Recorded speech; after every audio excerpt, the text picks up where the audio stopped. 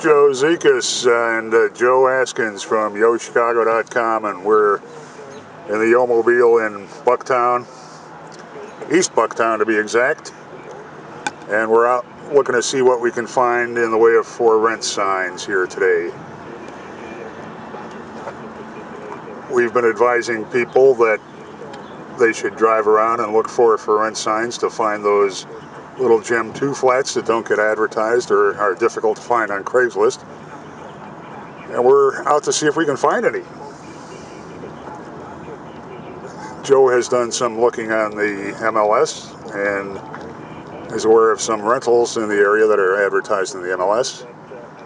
And Joe, you're going to call out the cross streets for us as we go along. All right, we are on Marshfield right now. We are crossing Wabansia.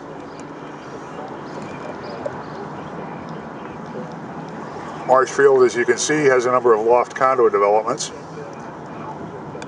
most of which happened 10 or more years ago.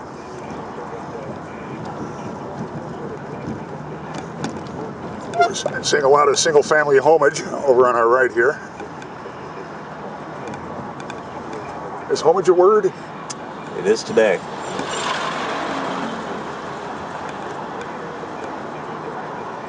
And the park is flooding with the youngins. All right, we have come up to the Bloomingdale line. Former line. Former line. I will let these folks cross. And Bloomingdale marks the official boundary between Wicker Park and Bucktown, but Bucktown has gobbled up the 2 blocks south of that to North Avenue in everyone's mind for... Seems like it.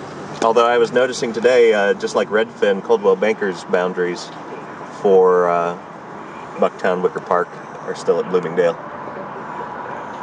Well, the old Wicker Park committee would have it no other way.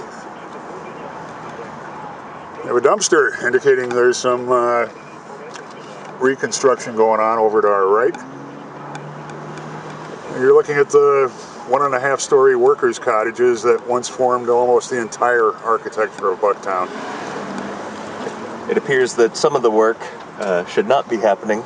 There is a stop work order there at home, although it also sounded like maybe there were some noises coming from it anyway. All right, we're up to Cortland. You can see the Kennedy Expressway right in front of us.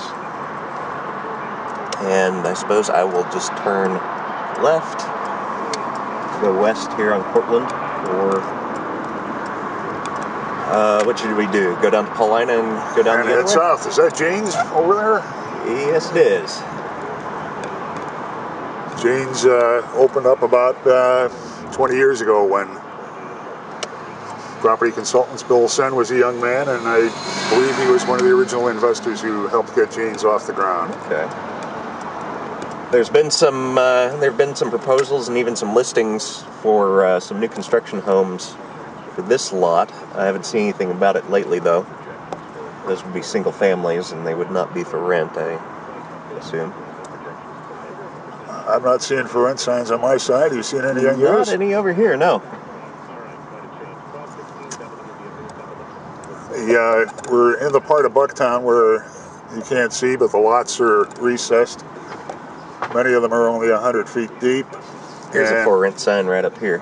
On 1814, and in fact 1814, if this is the same unit, number 1 is listed on the MLS.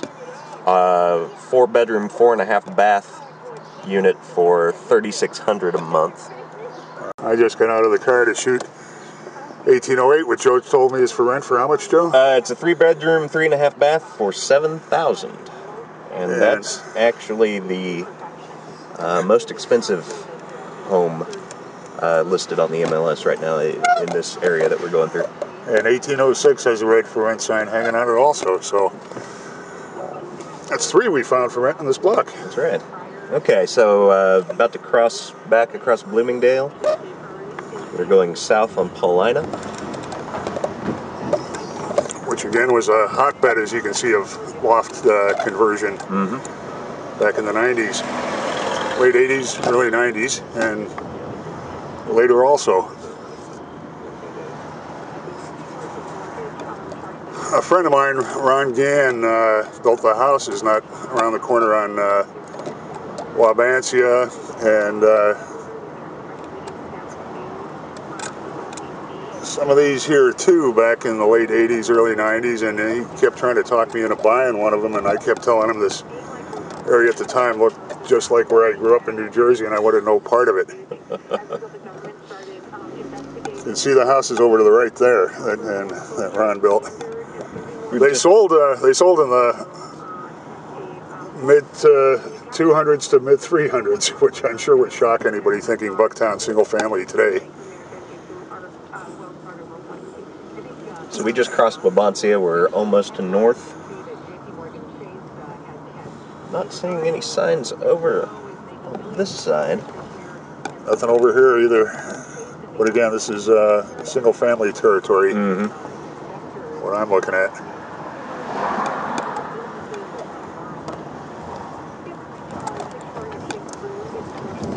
This area has the vaulted sidewalks.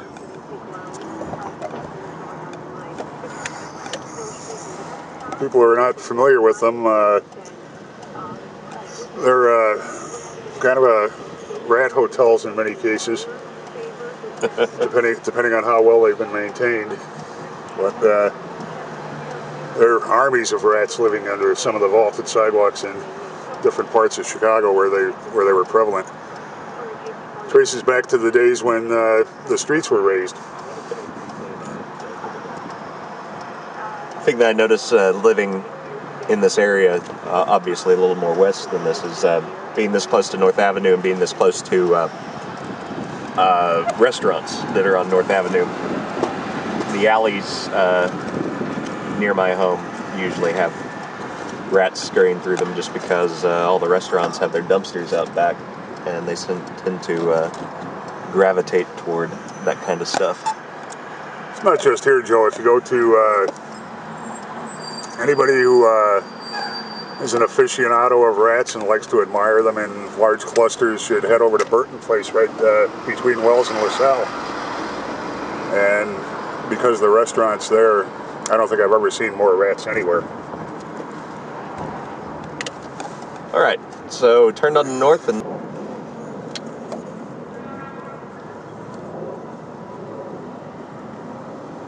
we're seeing for sale signs here.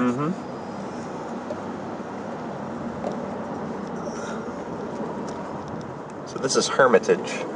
I don't have any listings from the MLS for this street.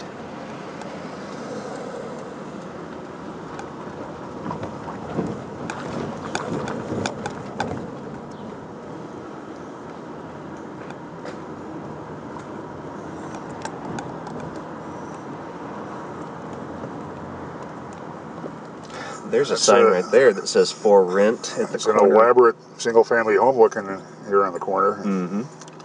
Fairly traditional. I mean, Bucktown's been just a massive hotbed of modern single-family architecture. So let me hop out. Why don't you make it through the light, pull over, and through the stop sign and pull over, and I'll shoot the for rent sign. All right. Property I just shot at the northwest corner of Wabansia and Hermitage is listed for rent with Wallace Realty Property Management. And I saw something unusual. I saw city code compliance. Chicago Municipal Code requires property management firms to post their identity on the outside of any buildings they manage. And that's a requirement that's routinely ignored by many property managers. City requires it in part as a fire safety measure, just so if the fire department needs to contact anybody, they have a quick reference. That was obviously put in place before they had iPhones on fire trucks.